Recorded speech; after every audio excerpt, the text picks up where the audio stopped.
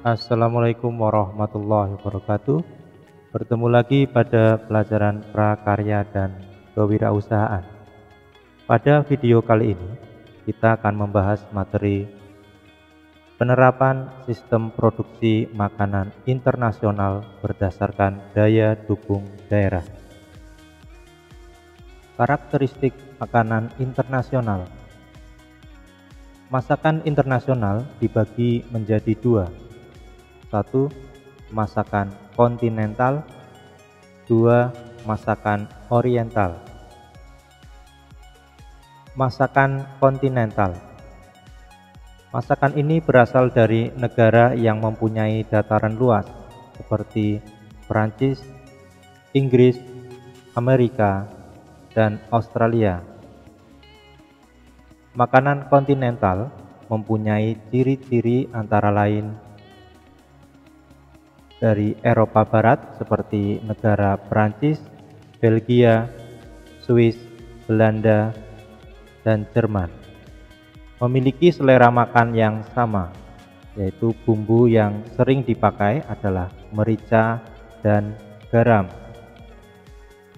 Eropa Timur seperti negara Cekoslovakia, Hongaria, Yugoslavia, Yunani, Romawi, dan Rumania memiliki selera makan yang menggunakan berbumbu tajam dari rempah-rempah seperti lada. Eropa Selatan seperti negara Italia, Portugal, Spanyol memiliki selera makan pada umumnya berbumbu tajam pula, yaitu lada dan kayu manis. Masakan oriental. Masakan ini berasal dari negara kepulauan daerah Asia seperti Indonesia, Cina, Jepang, India, Arab, Pakistan, dan negara timur lainnya. Karakteristik masakan oriental dari beberapa negara diantaranya: yang pertama, masakan Cina.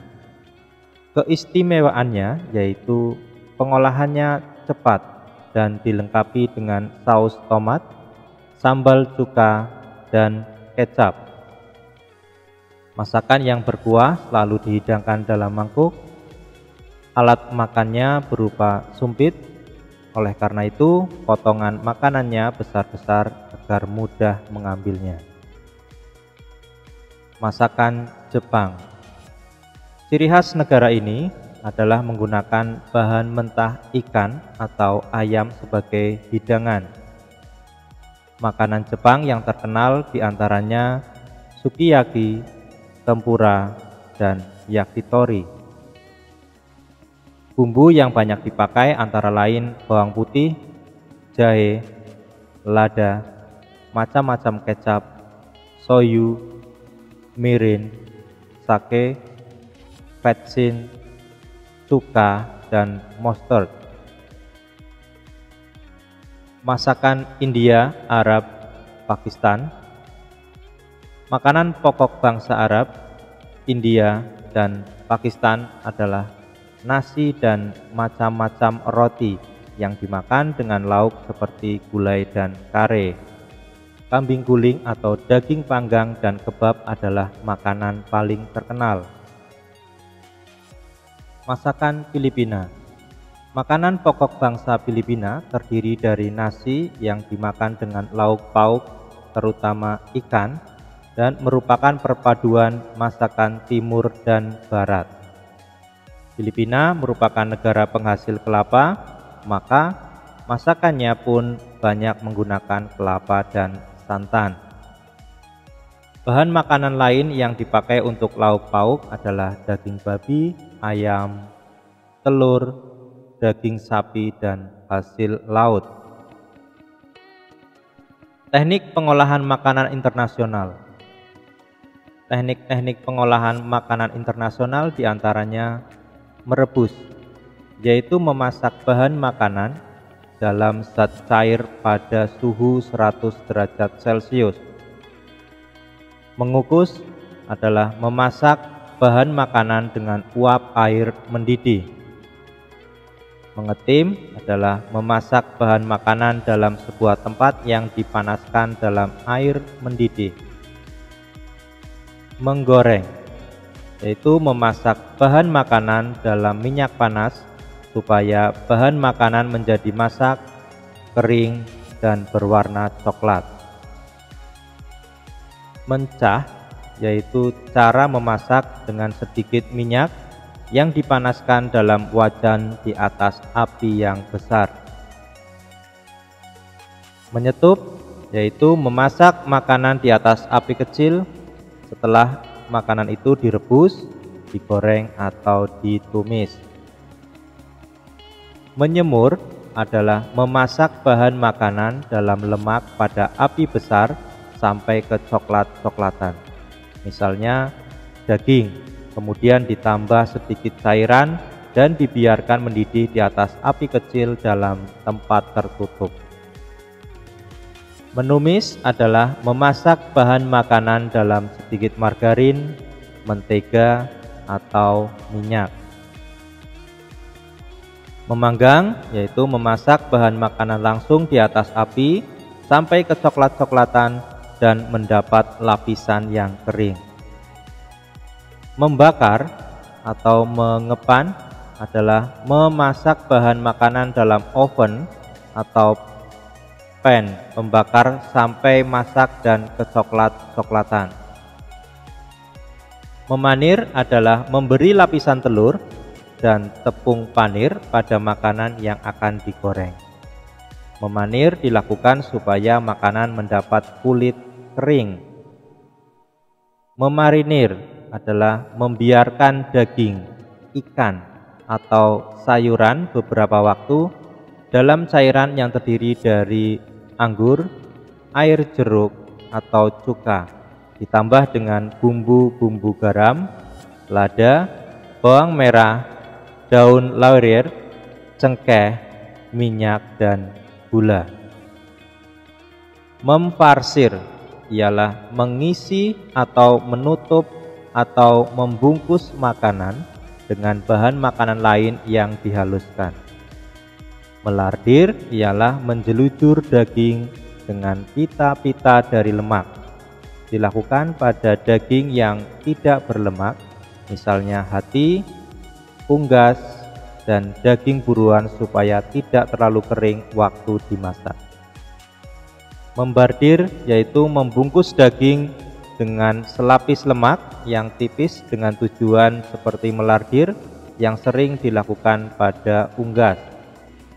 Memblansir ialah mencelupkan bahan makanan dalam air mendidih sebentar, kemudian diangkat dan cepat dimasukkan ke dalam air dingin. Membuat kaldu ialah melarutkan zat-zat harum dari daging, ikan, unggas, sayuran, dan bumbu-bumbu. Memfilir ialah menyayat daging sapi, unggas, atau ikan sedemikian rupa sehingga tidak bertulang atau berduri lagi.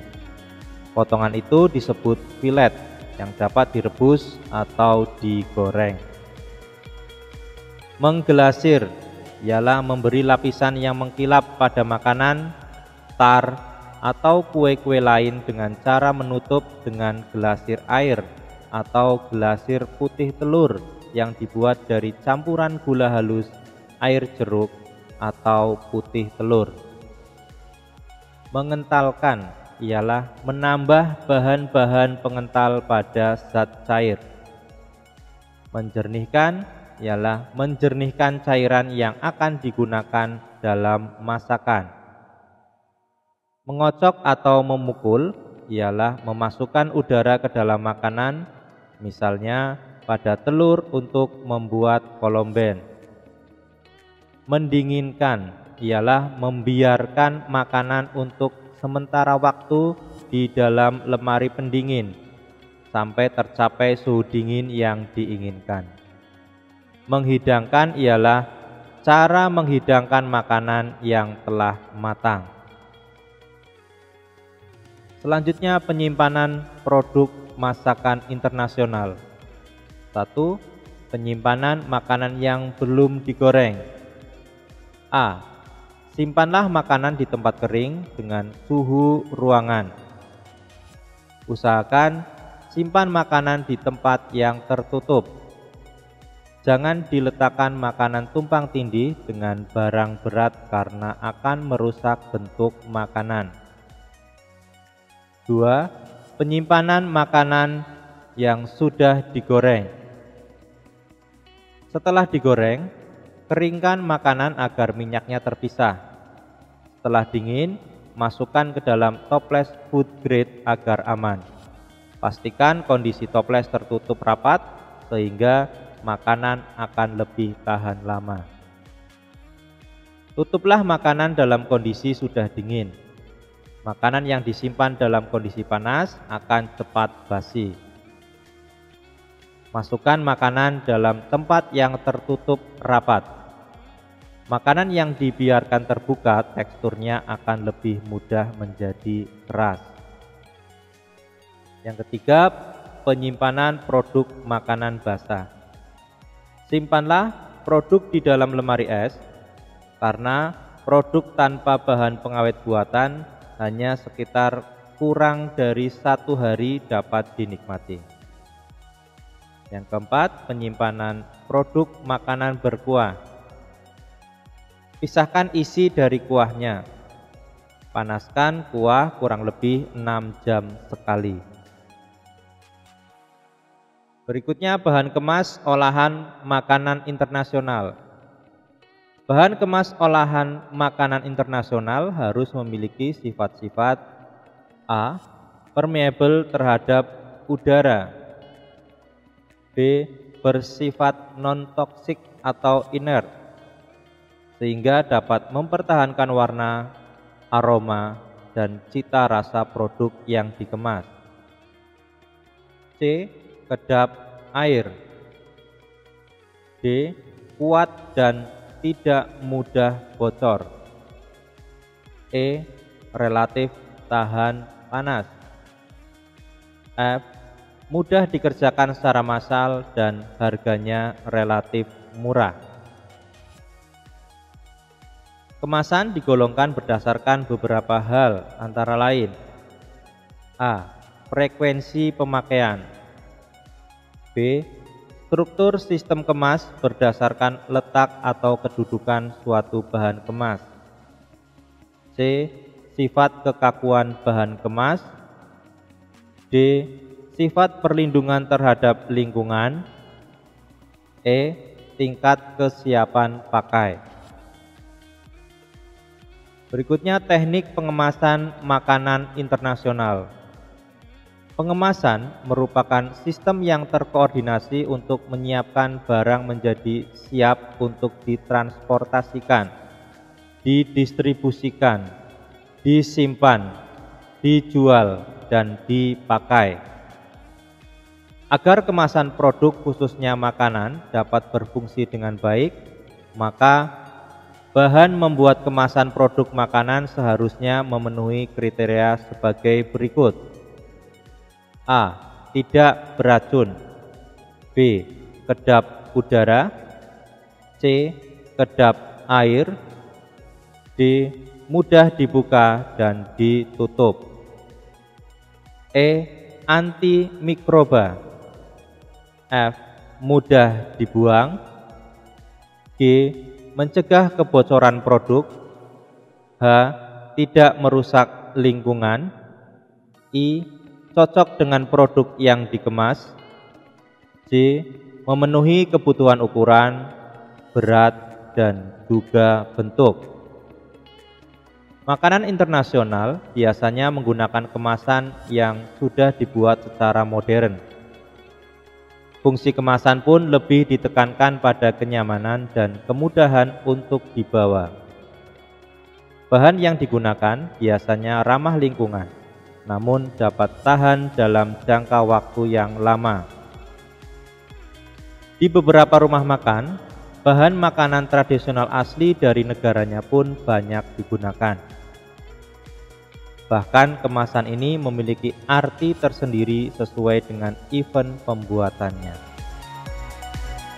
Demikian tadi materi ringkasan penerapan sistem produksi makanan internasional berdasarkan daya dukung daerah. Terima kasih, semoga bermanfaat.